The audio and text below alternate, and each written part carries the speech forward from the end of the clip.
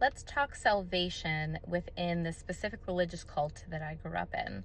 Hi, my name is Kristin, and I grew up within the IFB, or the Independent Fundamentalist Baptist Cult world.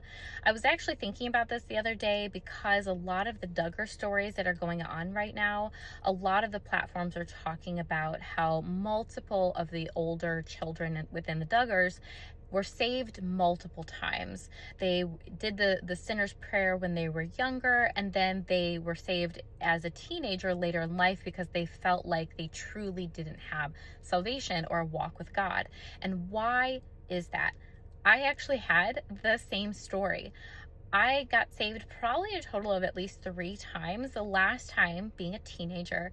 And the reason why I doubted my salvation is because they would preach to us that you needed to have the fruits of the Spirit to be able to see and witness that you are saved, that God is working through you. So that meant that if you showed signs of, let's say, selfishness, you were doing things for yourself instead of God, and also doing negative things too, then it made you doubt your salvation, because then you're like, well, but if I'm still feeling and doing these things, maybe God really isn't working through me. Maybe that means I'm not saved. And then also throw the fact on that if you're not saved, you're going to a fiery pit of hell. Clearly you don't want that either. So there's just this big container of, if you're doing anything wrong, which we're human, we're all going to make mistakes, you could potentially go to a lake of fire. You have this melting pot of just all these emotions. You're a teenager already. You are going through puberty. Your body's changing. Hormones are raging. So it's kind of this perfect melting pot of things to doubt and question these things because of the environment that they put you in. So in this religious cult, it is very similar to most Christianity.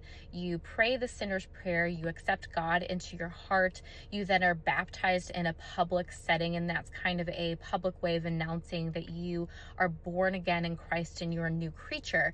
And this is why they tell you that you're supposed to be exhibiting these fruits of the Spirit and not things that are of the flesh or of the devil or of yourself. So once you're saved, you're born again, you're in this new life, so now you should be doing things completely different. But again, it's a catch-22 because we all know that we're human and we're not going to be perfect. So it's kind of surprising to me that more people don't get saved all throughout their adult life. I think that they just kind of convince themselves of the fact that they have to be saved at this point. I also think it's a lot about saving face, because a lot of the us and them doubt these things, but they don't want to tell anybody, because then they're like, well, I said that I was this, I don't want people to think otherwise. So it's just an environment of constantly questioning everything, constantly